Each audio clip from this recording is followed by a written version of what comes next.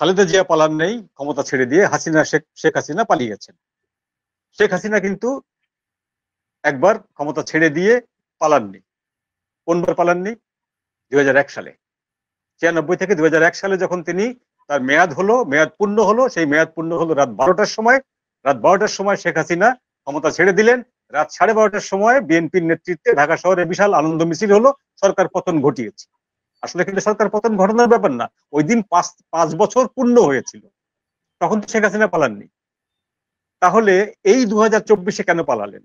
কারণ 2024টা ছিল একটি mobocracy. That was not a regulation, not a possession, not a আপনার পসেশন অভ্যুত্থান, কোনো কিছু না। এটা একটা ষড়যন্ত্রমূলক একটা ছিল। এটা ডিপ স্টেটের সাথে, ডিপ স্টেট এটা করেছিল দীর্ঘদিনের একটা প্রচেষ্টার ফলে। সেই ডিপ স্টেট একটা ব্যক্তিকে, একটা গোষ্ঠীকে এখানে বসিয়ে দিয়েছে। সেই গোষ্ঠীকে বসানোর আগে অজুহাত হিসাবে যে তারা পেয়েছে সাথে হাতের সামনে, সেটা হলো কোটা আন্দোলন। কোটা আন্দোলনকে আপনার 24 তারিখের জুলাই মাসের 24-25 তারিখ পর্যন্ত কোটা আন্দোলনের কেউ জানে না যে কিভাবে এক দফা চলে আসতেছে, কেউ জানে না।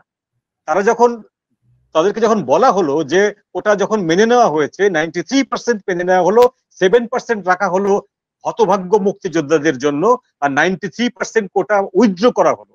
তারপর তারা প্রত্যাহার করলেন আন্দোলন। এরপর তাদেরকে বলা হলো আন্দোলন প্রত্যাহার হয় নাই, এখন এক দফার আন্দোলন করতে হবে, শেখ হাসিনাকে পতন ঘটাতে হবে।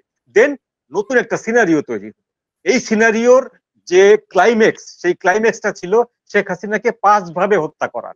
5টি গ্রুপ 5 রকম ভাবে হত্যা করতে চেয়েছিল।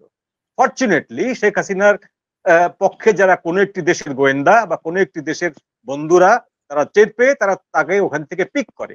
এখন আজকে যে অপরাধে আপনি 3টি প্রধান নির্বাচন কমিশনারের বিচার চাইছেন, সেই একই অপরাধ তো বাংলাদেশ সেনা প্রধানও করেছেন, তিনি তো আওয়ামী লীগের নিয়োগকৃত।